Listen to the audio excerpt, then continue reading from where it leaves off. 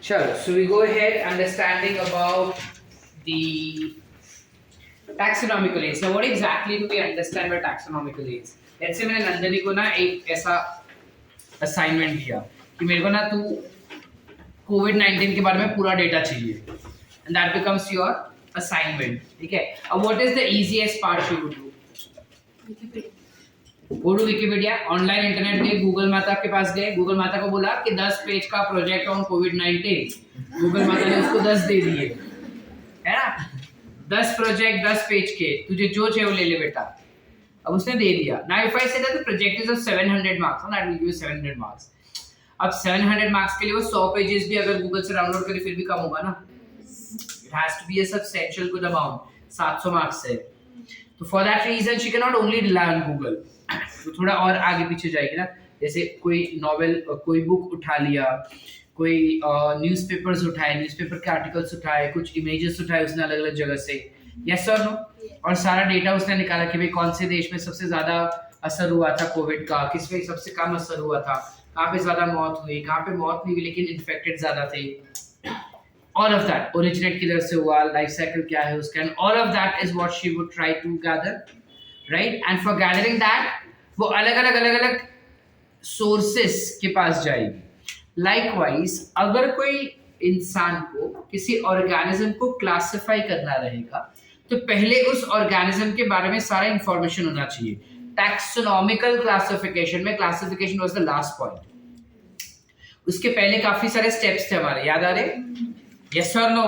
Yes. वो सारे steps में which was collection, characterization, identification, nomenclature, description, याद आ रहा है? तो सारे चीजें पहले उसको पता होनी चाहिए और डिस्क्रिप्शन करने के लिए इंफॉर्मेशन गैदर करनी जरूरी है उसको. So for that reason she will opt for something called as taxonomical aids. Are we getting it? Yes or no? Yes. So taxonomical aids जो रहेंगे उसको हम दो पार्ट में डिवाइड कर सकते हैं. You may have living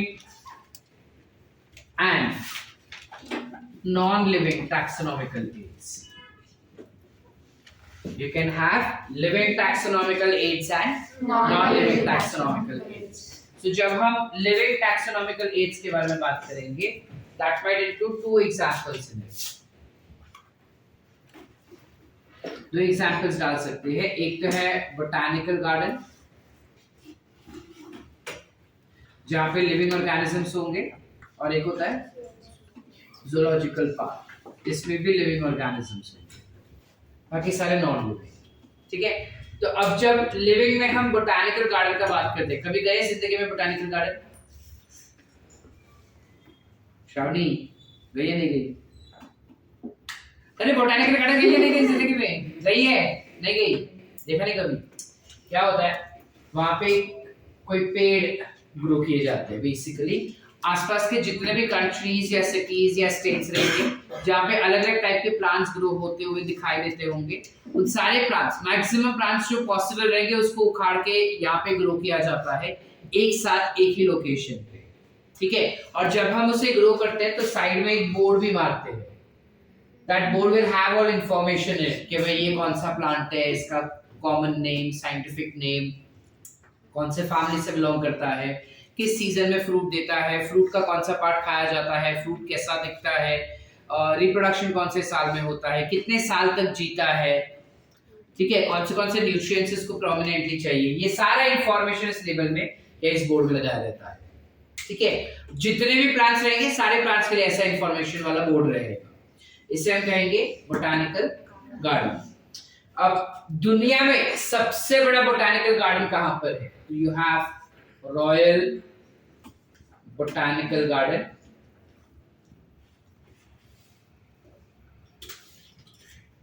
which is at Kew in London.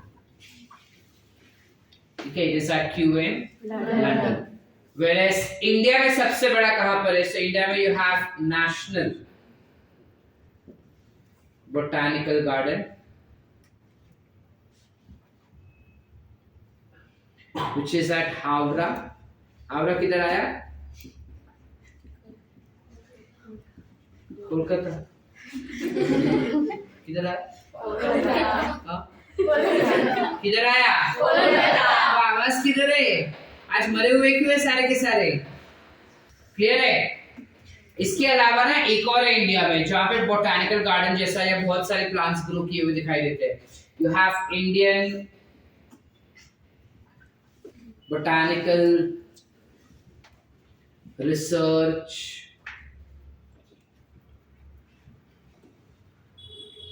Institute, और ये इंस्टीट्यूट किधर होगा?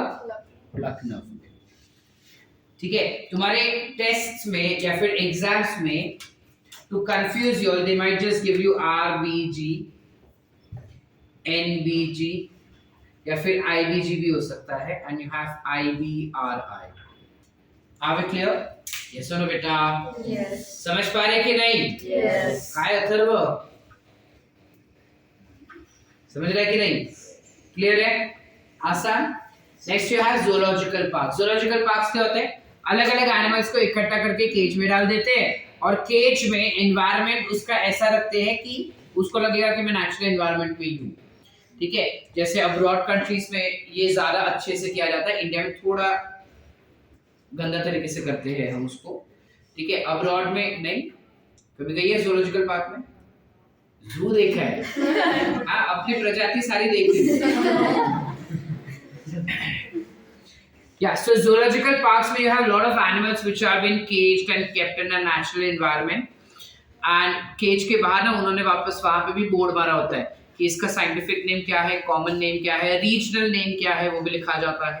कौन से फैमिली से बिलोंग करता है, खाना क्या चाहिए, रिप्रोडक्शन साइकिल क्या है उसका, कितने साल की जेस्टेशन पीरियड कितना होता है इसका, all of that details is been written on the board.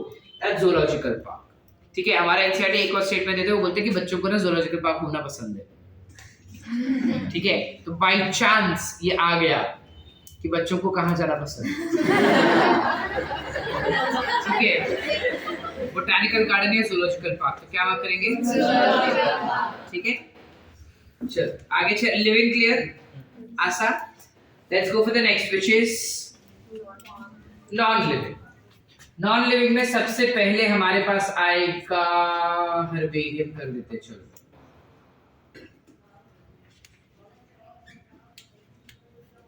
Herbarium क्या होता है? लेट्स से तृप्ति कहीं पे ट्रैकिंग के लिए गई, कोंढाना फोर्ट ट्रैकिंग के लिए गई. ठीक है.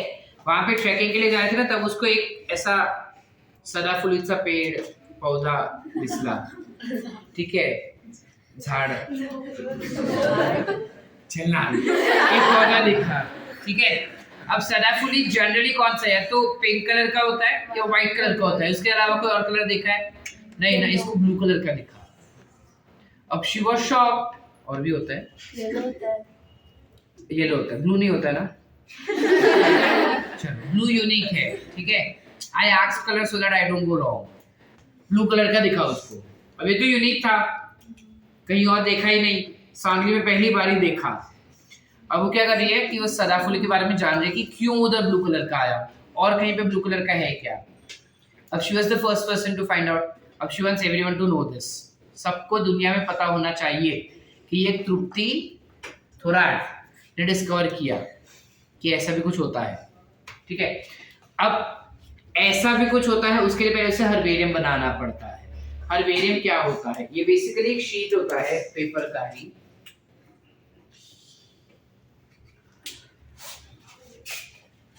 डस्टबिन है क्या इधर?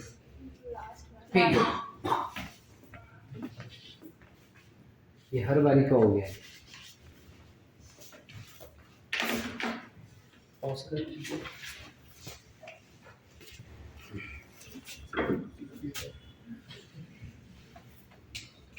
वो बेसिकली एक पेपर होता है. ठीक है. जिसका dimension is 29 centimetres by 41 centimetre. ठीक है. फिक्स्ड साइज होते हैं. 2 साइज होता है. हमें इसे स्टैंड लेके चलना है. इसके ऊपर जो तृप्ति ने प्लांट देखा ना सदाफुली वाला, वो लाके चिपका दिया. लेकिन कैसे चिपकाएगी? वो डायरेक्टली नहीं चिपका सकती. उसका एक तरीका होता है. क्या है वो तरीका? She will dry, press and then stick on herbarium sheet. इस शीट को हम कहते हैं हर्बेरियम शीट. ठीक है, इस हर्बेरियम शीट के नीचे के साइड पे, यहां पे राइट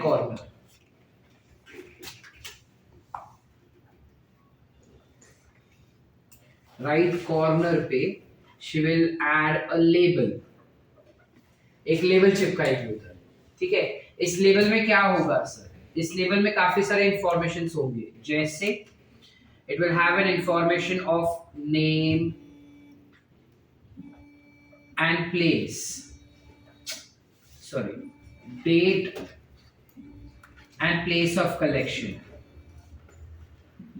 किस तारीख को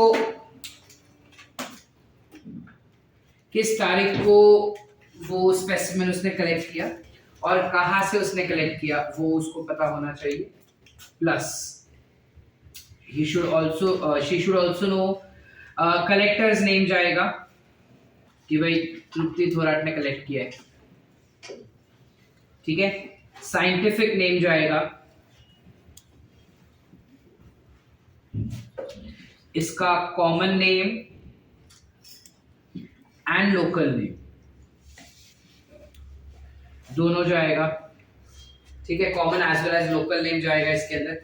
कॉमन और लोकल नेम में क्या फर्क है सर? देखो, कॉमन नेम वो होता है जो पूरे वर्ल्ड में कॉमन होगा, और लोकल नेम वो होता है जो उस रीजन में इस्तेमाल किया जाता है. जैसे मैंने बोला सदाफुली. अब सदाफुली इज अ रीजनल नेम जो महाराष्ट्र में इस्तेमाल किया जाता है, लेकिन गुजरात में जाके सदाफुली बोलोगे ना तो उसे पता ही नहीं होगा कि क्या होता है सदाफुली. या कर्नाटक वाले तुम्हारी शक्ल देखते रह जाएंगे क्या बोल रहे हैं. ठीक है, so that's how it goes about. ठीक है, इसके अलावा कौन से फैमिली से ये प्लांट बिलोंग करता है, and also it will have some description on it. It will have some description on it. Family क्यों लिखते हैं सर? ताकि हमको पता चले कि इसके जैसा और भी कोई है क्या. And description में क्या होता है? So description में it gives you basic information कि ये कौन से एरिया में पाया जाता है, किस सीजन में ग्रो होता है, किस सीजन में फ्लावर करता है, फ्लावर में कितने पेटल्स होते हैं. ठीक है, फ्लावर्स कौन से रीजन में ग्रो होता है. रीजन माने प्लांट पे एक्सिस पे, टिप्स पे ग्रो होता है या बीच में ग्रो होता है, झुंड में ग्रो होता है, अकेला ग्रो होता है. ये सारे इंफॉर्मेशन डाले जाते हैं. समझ पा रहे हैं? ठीक है, दैट गोज इन डिस्क्रिप्शन. ये सारा चीज जाता है लेबल में, इतना ही जाता है लेबल में अकॉर्डिंग टू अवर एनसीईआरटी. ठीक है, नहीं वो तुम सॉल्व करो तो बताऊंगा. एक क्वेश्चन इस पे भी फ्रेम किया गया था, आंसर नहीं बताऊंगा. ठीक है, आंसर खुद से फाइंड आउट करना. यहां तक क्लियर है? Any doubts? इस लेबल के भी डायमेंशंस फिक्स्ड होते हैं. It is 7 centimetre bye 12 centimetre. थोड़ा छोटा लिखा है, सेलो. ऐसे 12, ऐसे 7. ठीक है, ठीक है, समझे? इसके ऊपर अभी ना फिर फंगीसाइड स्प्रे किया जाएगा. फंगीसाइड क्यों स्प्रे करेंगे? मरा हुआ है ना, मरे हुए चीजों पे फंगस फटाफट ग्रो हो जाता है. डेड लिविंग ऑर्गेनिज्म पे saprophytes. What do you mean by saprophytes? जो डेड ऑर्गेनिजम्स पे ग्रो करता है उसे हम सैप्रोफाइट्स कहते हैं. तो ये एक सैप्रोफाइट है, तो it will grow on saprophytes. करते हैं कि नहीं? Yes, so this will grow on saprophytes. Saprophytes इस पे आसानी से ग्रो सकते हैं. तो वो ना हो इसलिए हम फंगीसाइड स्प्रे करते हैं. स्प्रे करने के बाद उसके ऊपर जिलेटिन पेपर डाल देंगे, ट्रांसपेरेंट वाला, पंच करेंगे, फाइल में डालेंगे, फाइल को एक कवर्ड में डाल देंगे. भाई सर इतना सा करने के लिए इतना सा. This is one of the way. Also it is said that herbarium is one of the quick referral. It is quick referral system. मतलब क्या सर? मतलब अगर हमें किसी भी प्लांट के बारे में कोई रेफरेंस चाहिए ना, तो फास्ट रेफरेंस के लिए हम जनरली हर्बेरियम शीट्स का ही इस्तेमाल करते हैं. ठीक है, तो अगर तुम्हारा घर किसी हर्बेरियम से नजदीक है या तुम्हारा रिसर्च वाला इंस्टीट्यूट किसी हर्बेरियम से नजदीक है, तो herbarium is the best place जहाँ पे तुम जाके फटफट सारा इंफॉर्मेशन कलेक्ट कर सकते हो उस प्लांट के बारे में. ठीक है, तो जैसे एक्वेरियम होता है एक्वेटिक एनिमल्स का घर, वैसे हर्बेरियम होता है. हर्बीवोरस या हर्ब्स, हर एक प्लांट जब वो हर्ब फॉर्म में रहता है उस फॉर्म में उसको कलेक्ट करते हैं और उसका एक पर्टिकुलर शीट बना के पाइल अप करके इंफॉर्मेटिव शीट्स रखते हैं। दुनिया में सबसे बड़ा हर्बेरियम कहाँ पे है सर? इंडिया में सबसे बड़ा हर्बेरियम कहाँ पे है सर?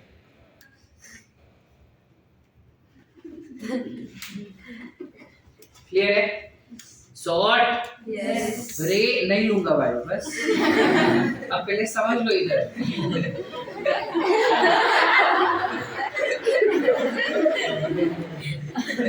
इतना खौफ वाइवा का क्योंकि उन्होंने बोला बायोमोलिक्यूल पे लिया और एक भी बायोमोलिक्यूल के आंसर नहीं आया किसी को भी, इसलिए इतना स्ट्रेस।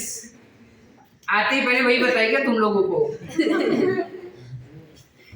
पढ़ के रखना नहीं बोले तो तुम लोग पढ़ने बैठे थे, पूरा पढ़ लिए तो फिर इस्तेमाल करते हैं ना। ठीक है, नहीं लेंगे भाई, पहले ये तो पढ़ लो अच्छे से। ओंकार को सबसे ज्यादा रिलीफ होते हुए दिखा मेरे को। क्या डॉक्टर कुमार रिलैक्स्ड, वो पहले सब खुश हो गए। मेरे टिपिकल बाबूराव वाला एक्सप्रेशन दिया। चलो ये समझा तुम पक्का? यस, टेस्ट पे ध्यान नहीं था, समझा नक्की सबको? काय वहिनी समृद्धी नक्की? चले चलो, the next that we have for this is museums. कभी गए म्यूजियम में? देखो म्यूजियम अलग अलग प्रकार के होते हैं, एक होते हैं हिस्टोरिक म्यूजियम और एक होते हैं बायोलॉजिकल म्यूजियम्स। हिस्टोरिक म्यूजियम में हिस्टोरिकल आर्टिफैक्ट्स रखे जाते हैं, यानी शिवाजी ने कौन सा कपड़ा पहना था, क्या शील था, क्या स्वॉर्ड था, ठीक है, जीजा माता ने क्या साड़ी कब पहनी थी एंड ऑल ऑफ दैट, ठीक है, इसी पालने में शिवाजी झूले थे, वो सारी चीजें तुमको म्यूजियम्स में दिखाई देती है हिस्टोरिक अगर हुआ तो। And when we talk about museums with regarding biological museum, तो biological museums can have multiple things present in that. ठीक है, अब वो multiple क्या क्या चीजें वहां पे देखने को मिल सकती है। तो सबसे पहले you can have actual remains. Actual remains में क्या होगा सर?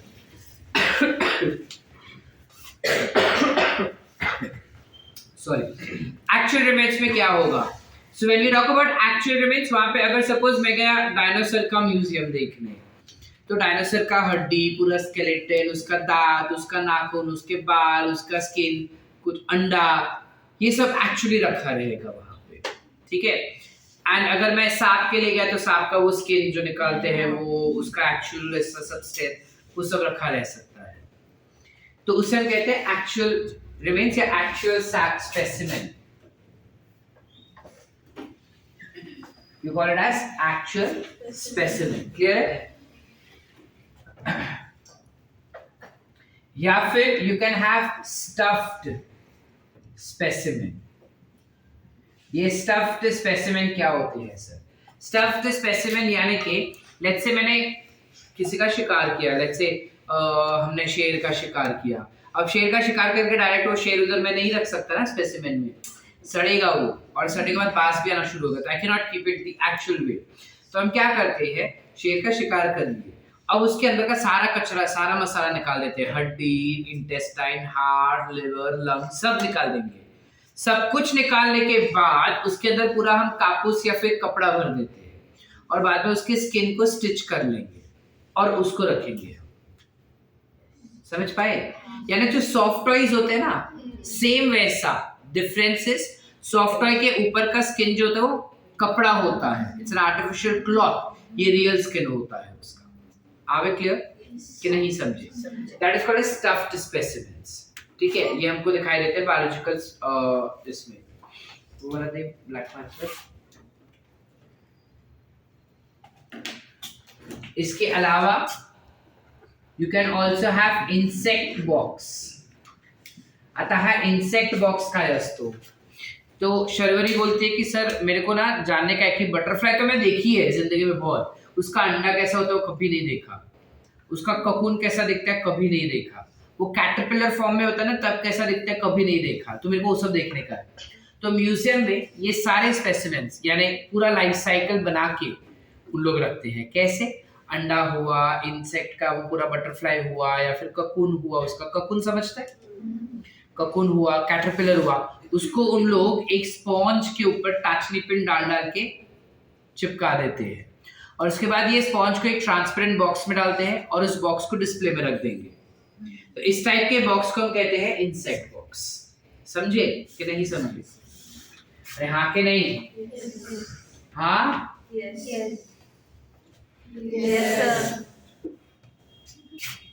फिर होता है ग्लास जार. ये तो अपने स्कूल कॉलेजेस में भी देखा होगा. कॉलेज तो हम नहीं गए, स्कूल में देखा होगा हमने कि ग्लास जार होते हैं जिसमें एनिमल को रखा रहता है और उसमें लिक्विड होता है और लिक्विड से स्टोर करके रखते हैं. पता है वो लिक्विड क्या होता है? फॉर्मेलिन होता है. दैट लिक्विड इज, दो तरीके का लिक्विड हो सकते हैं. तो फॉर्मेलिन यूज कर सकते हो, ज्यादातर यही यूज किया जाता है, या फिर फॉर्मल्डिहाइड भी डालते हैं काफी बार.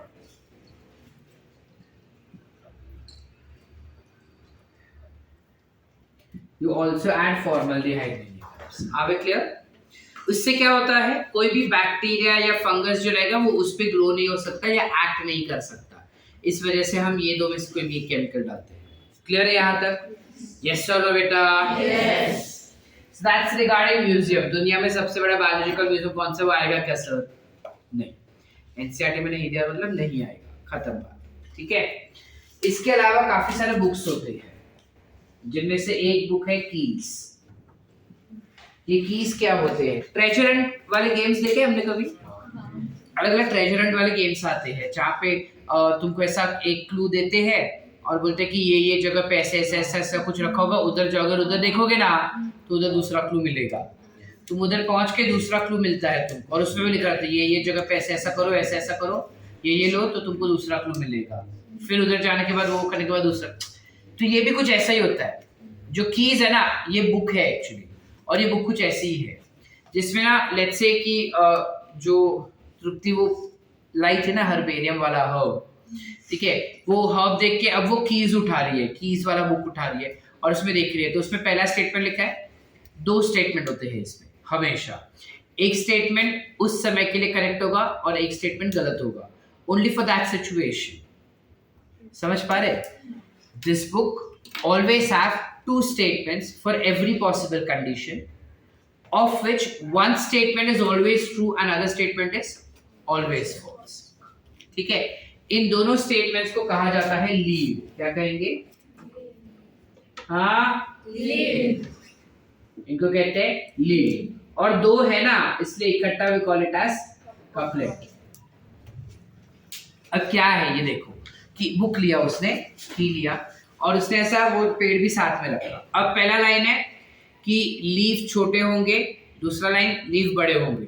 तो देख के बोलते कि नहीं लीफ तो छोटे हैं, तो उसमें लिखा रहेगा अगर लीफ छोटे हैं गो टू सी, तो हो जाएगी सी पे.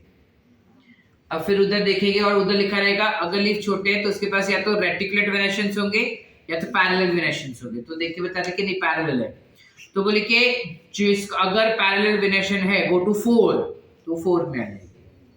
फिर 4 में लिखा रहेगा या तो उसके पास टैप रूट होगा या तो उसके पास फाइब्रस रूट होगा. तो वो देख के बोलते कि नहीं फाइब्रस है. तो लिखा है अगर फाइब्रस रूट है गो टू 10, तो 10 पे जाएगी. फिर लिखा रहेगा 10 पे लिखा रहेगा कि अगर उसके पास या तो स्मूथ मार्जिन्स होगा लीफ का, यानी ऐसा वाला मार्जिन्स होगा लीफ का, या तो सिरेटेड मार्जिन्स होंगे. इसे हम सिरेटेड मार्जिन्स कहते हैं. तो बोलते हैं कि नहीं स्मूथ मार्जिन है. तो बोले अगर स्मूथ मार्जिन है go to 12. Are you getting? तो ऐसा करते करते करते करते हमेशा दो स्टेटमेंट जो थे उनमें से एक स्टेटमेंट करेक्ट था, एक स्टेटमेंट फॉल्स था. अब ये इसके स्पेसिमेंट के लिए ना सपोज मैत्री भी लाया है एक और, तो उसका स्पेसिमेंट के लिए कोई और करेक्ट होगा. समझ पा रहे हैं कि नहीं? सो लाइकवाइज लीड्स क्यों कहते हैं उसको? बिकॉज हर एक स्टेटमेंट उसको कंक्लूजन की तरफ लेके जा रहा है कि ये स्पेसिमेन क्या हो सकता है, समझ पा रहे, इसलिए उसे लीड्स कहते हैं, और क्योंकि दो है इसलिए कपलेट। लीड कीज क्या है वो समझा, ये एक बुक होता है बाबा, हाँ हाँ मार्केट पे जाओ मिलेगा, लेकिन ऐसा इधर सफा बेकरी के बाजू वाला जो है स्टेशनरी वैसे के पास जाओगे तो नहीं मिलेगा, you have to go to a good stationery, online भी मिलता है, ठीक है। चले आगे। इसके अलावा एज सेट काफी सारे दूसरे बुक्स भी रहते हैं। अब ये बुक्स काफी इंपॉर्टेंट है, ध्यान से सुनना। इन बुक्स में सबसे पहला बुक जो हम पढ़ने जा रहे हैं that is monograph. What exactly is monograph? किसी भी एक स्पेसिमेन के बारे में, किसी भी एक टैक्सॉन के बारे में डिटेल्ड इंफॉर्मेशन अगर किसी में मिलेगा अपने को तो वो है मोनोग्राफ। जैसे फॉर एग्जांपल इस बंदे ने वो स्पेसिमेन लाया था, वो स्पेसिमेन जो उसने लाया ना, उसने कट करके ये तो डिसाइड कर लिया कि ये डाइकॉट है। अब उसे जानना है कि डाइकॉट के आगे क्या, ये उसे नहीं पता, तो वो क्या करेगी, डाइकॉट का मोनोग्राफ ले लेगी और फिर उसके बाद उस मोनोग्राफ में वो छानबीन के चेक करेगी कि आगे इसके क्या हम ऑर्डर, फैमिली, जीनस, स्पीशीज क्या है इसके, समझ पा रहे हैं कि नहीं समझ पा रहे? सो मोनोग्राफ क्या हो जाएगा, it is detailed information on single taxon. Easy, एक ही टैक्सॉन पे डिटेल्ड इंफॉर्मेशन रहेगा तो उसे हम कहेंगे मोनोग्राफ, ठीक है। आगे फॉर द नेक्स्ट, दूसरा होता है जिसे हम कह सकते हैं you have something called as manual. Manual क्या होता है? Manual is basically an information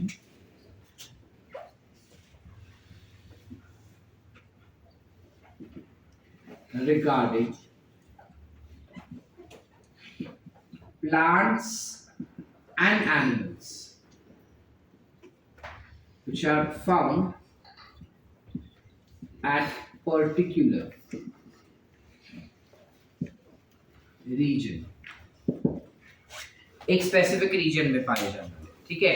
let's say for example Atharva आज से कुछ 10 साल के बाद उसका शादी हो गया और अब वो हनीमून पे जाना चाहता है, ठीक है। अब हनीमून पे वो जा रहा है, लेट्स से मलेशिया जा रहा है वो घूमने को, ठीक है। अब मलेशिया में कौन से प्लांट्स और एनिमल्स देखने मिलते हैं वो उसे जानना है, बिकॉज उसको चाहिए कि वो उसकी जो लाइफ पार्टनर है उसको एग्जॉटिक चीजें दिखाए, ठीक है।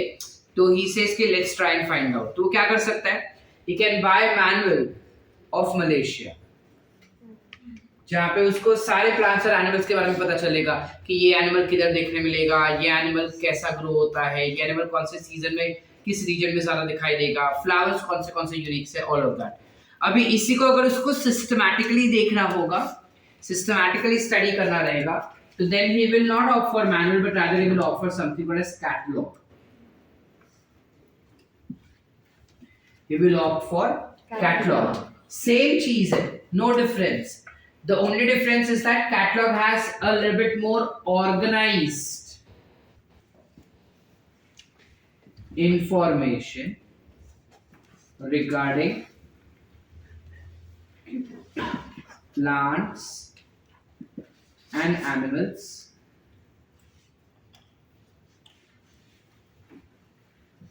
found at particular region.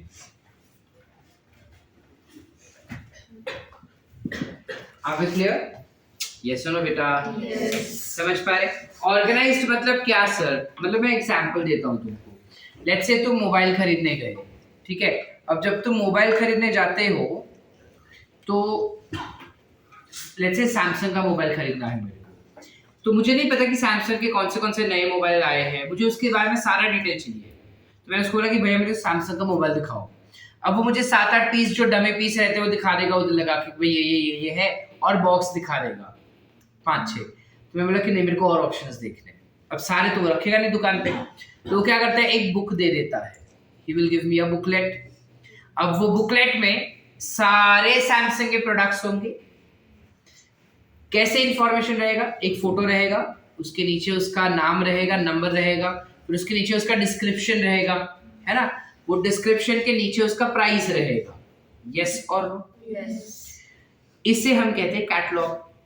अब ये सारे चीजों का, प्रोडक्ट का इंफॉर्मेशन कैसे रहता है? या तो नंबर वाइज रहेगा, प्रोडक्ट का जो नंबर है उसके हिसाब से रह सकता है, या तो प्रोडक्ट के नाम वाइज हो सकता है, या फिर बेस्ट रेट वाइज, सस्ते से महंगा या महंगे से सस्ता। यस और नो?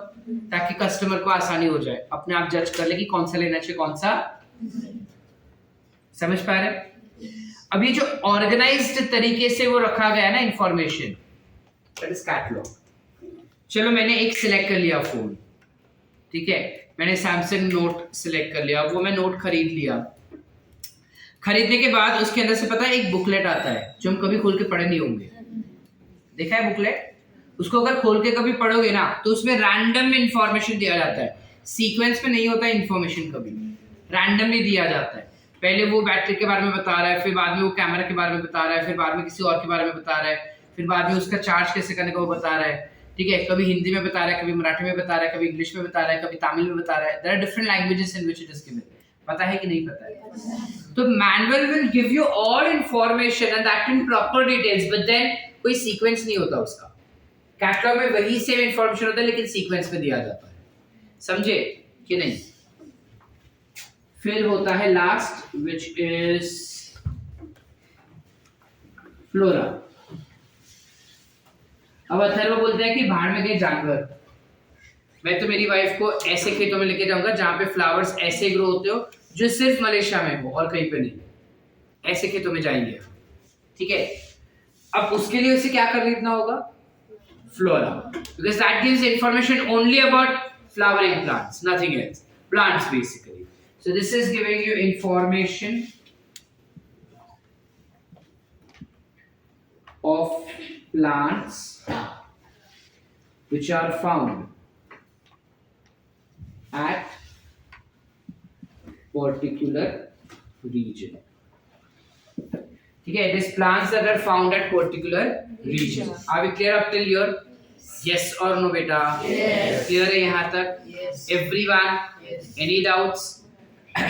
तो flora gives you that information. तो अगर उसको सपोज मलेशिया जाना है तो वो बाय करेगा फ्लोरा ऑफ वेनिस और फ्लोरा ऑफ मलेशिया, ठीक है। फिर बोलते कि नहीं वेनिस जाने का है तो फ्लोरा ऑफ वेनिस, वैसा। समझ पा रहे? क्लियर? All sort? सारा सब कुछ पक्की बात? लिखे? With this we end with your chapter living world, ठीक है। तुम्हारे एनसीईआरटी में लिविंग वर्ल्ड और बायोलॉजिकल क्लासिफिकेशन तो अलग अलग चैप्टर है, मॉड्यूल में हमने उसे क्लब कर दिया है खाली, दैट्स द डिफरेंस, ठीक है।